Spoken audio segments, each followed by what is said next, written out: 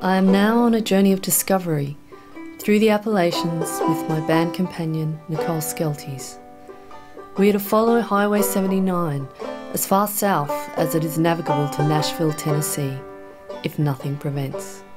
Lucy Foley, journal entry, October 2010. Foley and I intend to explore the great sights of country and bluegrass music. Bristol, Nashville, and most exciting of all, Dollywood.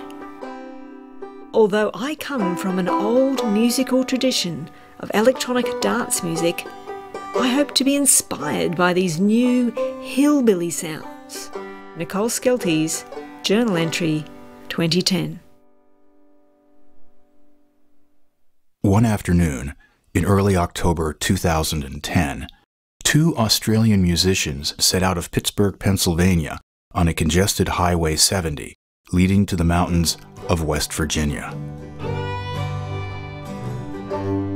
They were embarking on a 2,000-mile journey through the Appalachians, looking for inspiration from all the bands they saw. We will document our historic journey so that our children and our children's children will know that our musical journey was historic.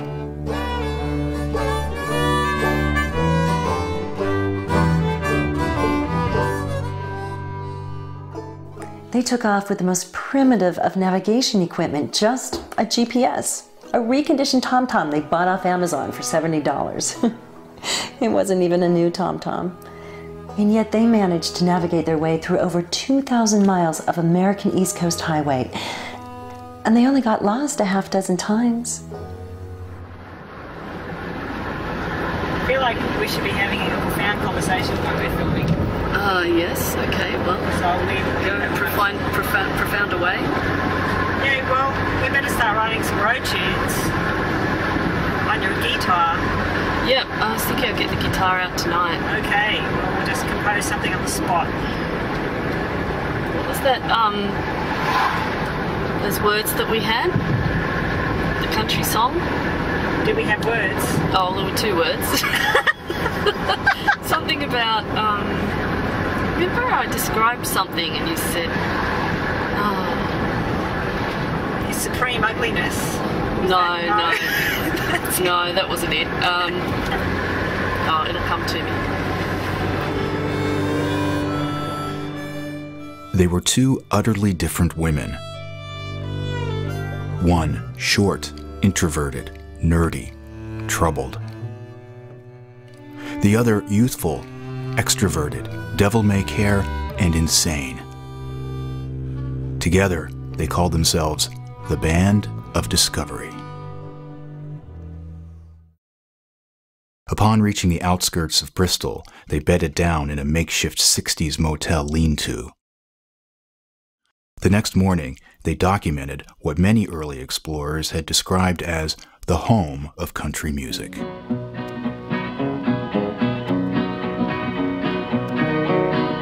Shooting. Yeah. I'm standing in the car park. I'm standing in the car park. I'm standing in the car park. I'm standing in the car park. In 1927, Ralph Peer from the Victor Talking Machine Company set up a temporary recording studio in a hat factory that used to be on this site. No, that wasn't a hat factory, it was a warehouse. I'll start that again.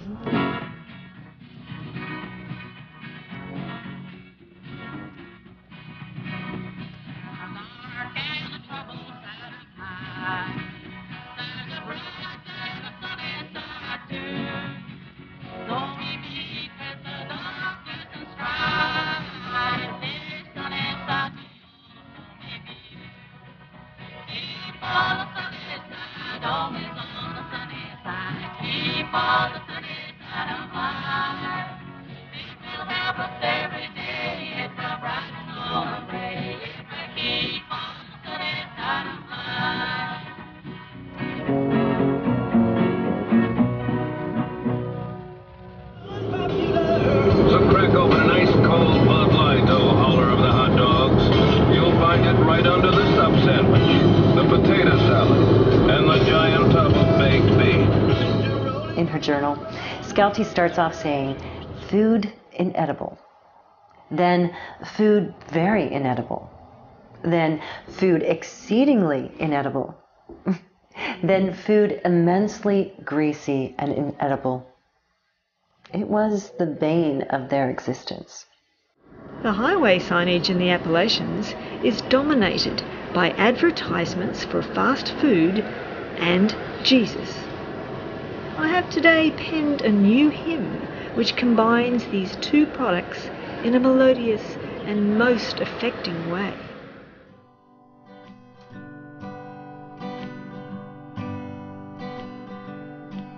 Shrimpzilla, Shrimpzilla,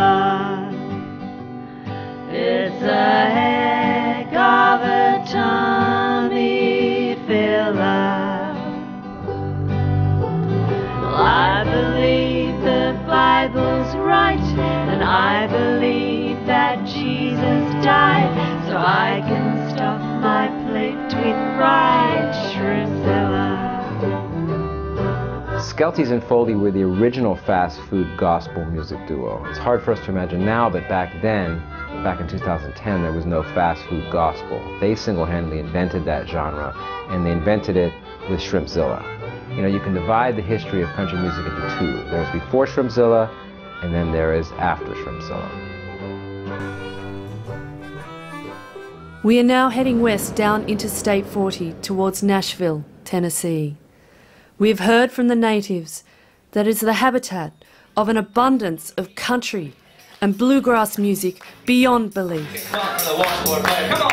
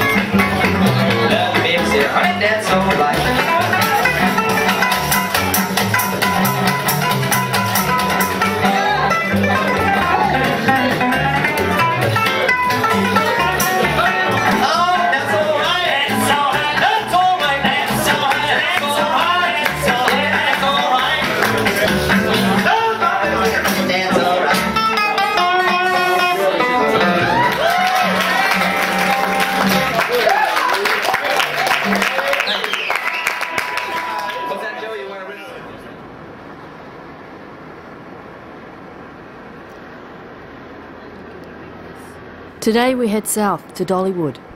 The band's spirits are high with anticipation as we approach the foothills of this great country music theme park. When the astronauts went to the moon, they knew what to expect. They had seen pictures of it. When Skeltys and Foley headed out, they hadn't the slightest notion of what to expect.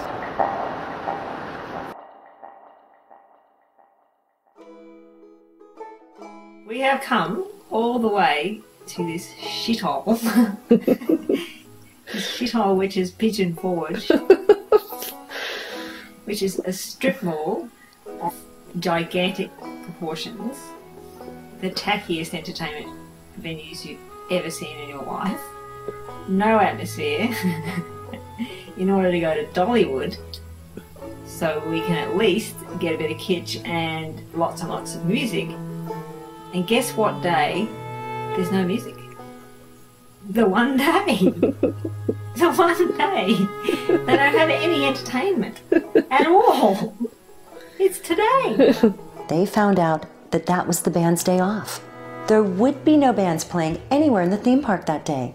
That's the official line that Dollywood runs, that Thursday is the band's day off, and they are still sticking to it.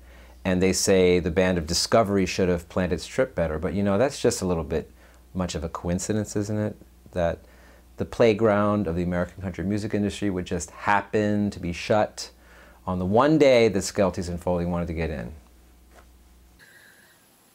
So what are we going to do? What are we going to do? What are we going to do?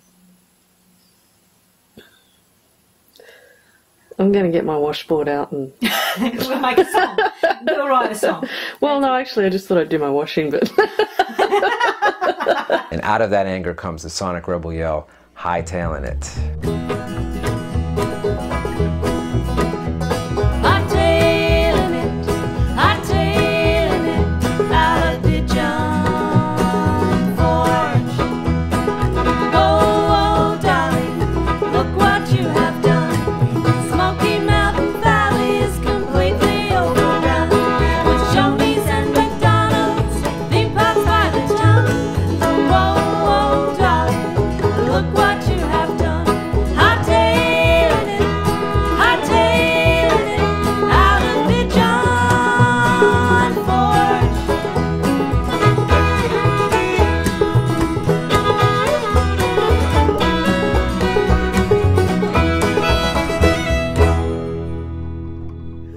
Their epic journey was now at an end, and the Band of Discovery turned gratefully homewards towards Pittsburgh.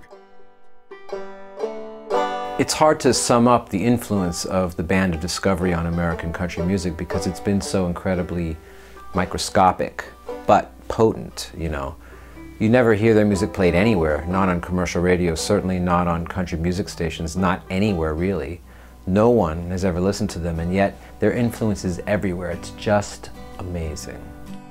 Shrimpzilla, Shrimpzilla, it's a heck of a tummy filler. Well, I believe the Bible's right, and I believe that Jesus died, so I can stuff my plate with fried shrimpzilla.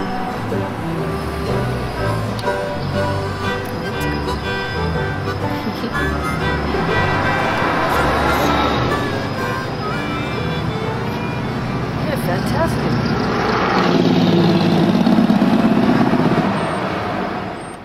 If they were alive today,